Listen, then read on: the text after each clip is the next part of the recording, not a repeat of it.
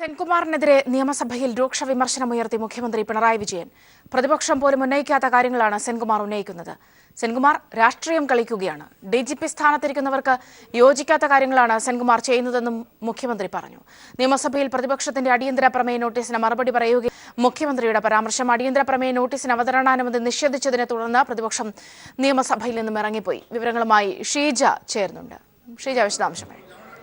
സൗമ്യ, പ്രധാനമായും ഇന്ന് പ്രതിപക്ഷം അടിയന്തര പ്രമേയമായി കൊണ്ടുവന്നത് സംസ്ഥാനത്ത് ഗുണ്ടാക്രമണം വർദ്ധിക്കുന്നു, അതിന്റെ പശ്ചാത്തലത്തിൽ സംസ്ഥാനത്തെ ക്രമസമാധാന നില തകർന്നിരിക്കുന്നു എന്ന് ചൂണ്ടിക്കാട്ടിക്കൊണ്ടാണ് പ്രതിപക്ഷത്തു നിന്നും തിരുവഞ്ചൂർ രാധാകൃഷ്ണൻ അടിയന്തര പ്രമേയത്തിന് നോട്ടീസ് നൽകിയത്. അദ്ദേഹത്തിന്റെ അടിയന്തര പ്രമേയ നോട്ടീസിൽ അദ്ദേഹം സംസാരിക്കുന്ന സാഹചര്യത്തിലാണ് ഇത്തരത്തിൽ DGP സെൻകുമാറിന് പോലും സംസ്ഥാനത്ത് സുരക്ഷയില്ല, അദ്ദേഹത്തിന് പോലും ഭീഷണിയുടെ അടിസ്ഥാനത്തിൽ പോലീസ് സുരക്ഷയിലാണ് അദ്ദേഹം പോലും കഴിയുന്നത് എന്ന വിഷയം അദ്ദേഹം സഭയിൽ ഉന്നയിച്ചത്. ഇതിന് മറുപടിയായിട്ടാണ് മുഖ്യമന്ത്രി DGP സെൻകുമാറിനെതിരെ രൂക്ഷമായ രീതിയിൽ തന്നെ പരാമർശങ്ങൾ നടത്തിയത്. പ്രത്യേകിച്ചും DGP സ്ഥാനത്തിരിക്കുന്ന ഒരാൾക്ക് ആ സ്ഥാനത്തിന് യോജിക്കാത്ത തരത്തിലെ പരാമർശങ്ങളാണ് DGP സെൻകുമാർ നടത്തിക്കൊണ്ടിരിക്കുന്നത്. DGP അദ്ദേഹത്തിന് അർഹമായ സ്ഥാനം തന്നെയാണ് ഈ സർക്കാർ നൽകിയിട്ടുള്ളത്. എന്നാൽ അദ്ദേഹം ഇപ്പോൾ പ്രതിപക്ഷത്തിനേക്കാളും കടുത്ത വിമർശനങ്ങളാണ് സർക്കാരിനെതിരെ ഉന്നയിച്ചുകൊണ്ടിരിക്കുന്നത്. അതുകൊണ്ട് തന്നെ അദ്ദേഹം UDFന്റെ ക്യാമ്പിലല്ല, UDFന്റെ താവളം വിട്ട് മറ്റൊരു താവളത്തിലേക്ക് അദ്ദേഹം ചേക്കേറുകയാണെന്നും മുഖ്യമന്ത്രി വിമർശിക്കുകയും ചെയ്തു.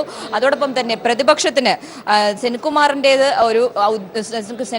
പോലത്തെ ഒരു ഉദ്യോഗസ്ഥൻ രാഷ്ട്രീയം കളിക്കുന്നത് ശരിയല്ല, പ്രതിപക്ഷത്തിൻ്റെതായ രാഷ്ട്രീയമുണ്ട്, അത് മനസ്സിലാക്കാൻ സാധിക്കുന്നതാണ്. എന്നാൽ ഇത്തരത്തിൽ ഒരു ഉദ്യോഗസ്ഥൻ രാഷ്ട്രീയം കളിക്കുന്നത് അത് അംഗീകരിക്കാൻ സാധിക്കില്ലെന്നും മുഖ്യമന്ത്രി വ്യക്തമാക്കി. മറ്റു കാര്യങ്ങളിൽ ഗുണ്ടാക്രമണങ്ങളുമായി ബന്ധപ്പെട്ടുള്ള വിഷയങ്ങളിൽ അത്തരം ഒരു സാഹചര്യം സംസ്ഥാനത്തില്ലെന്നും അത് ചർച്ച ചെയ്യേണ്ട ഒരു ആവശ്യം ഇല്ലെന്നുമായിരുന്നു മുഖ്യമന്ത്രി മറുപടി നൽകിയത്. പ്രത്യേകിച്ചും സംസ്ഥാനത്ത് LDF സർക്കാർ അധികാരത്തിൽ വന്നതിനു ശേഷം കൃത്യമായ നടപടികൾ ഈ വിഷയത്തിൽ സ്വീകരിച്ചിട്ടുണ്ടെന്ന് മുഖ്യമന്ത്രി വിശദീകരിക്കുകയും ചെയ്തു.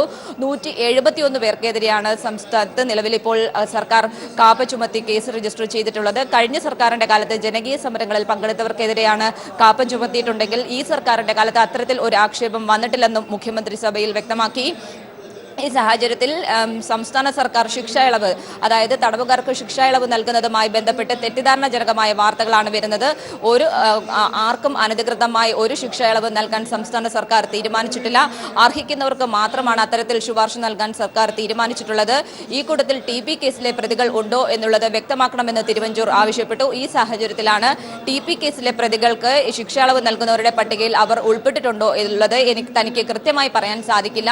എന്നാൽ ഇതിന് മാനദണ്ഡ പ്രകാരം അവർക്ക് 14 വർഷത്തിന് മാത്രമേ അവർ അതിന് അർഹരാവുകയുള്ളൂ. അതുകൊണ്ട് അവർ അതിൽ ഉൾപ്പെട്ടിട്ടുണ്ടോ എന്നുള്ളത് എനിക്ക് കൃത്യമായി പറയാൻ സാധിക്കില്ല. മാനദണ്ഡ പ്രകാരം അവർക്ക് നൽകാൻ സാധിക്കില്ലെന്നും മുഖ്യമന്ത്രി മറുപടി നൽകി. മുഖ്യമന്ത്രിയുടെ മറുപടിയുടെ അടിസ്ഥാനത്തിൽ പ്രതിപക്ഷത്തിന്റെ അടിയന്തര പ്രമേയത്തിനുള്ള അവതരണാനുമതി സ്പീക്കർ നിഷേധിക്കുകയായിരുന്നു. ഇതിൽ പ്രതിഷേധിച്ചുകൊണ്ടാണ് പ്രതിപക്ഷം സഭയിൽ നിന്നും ഇറങ്ങിപ്പോയത്. സൗമ്യ, ഷീജയാണ് വിവരങ്ങൾ നൽകിയത്.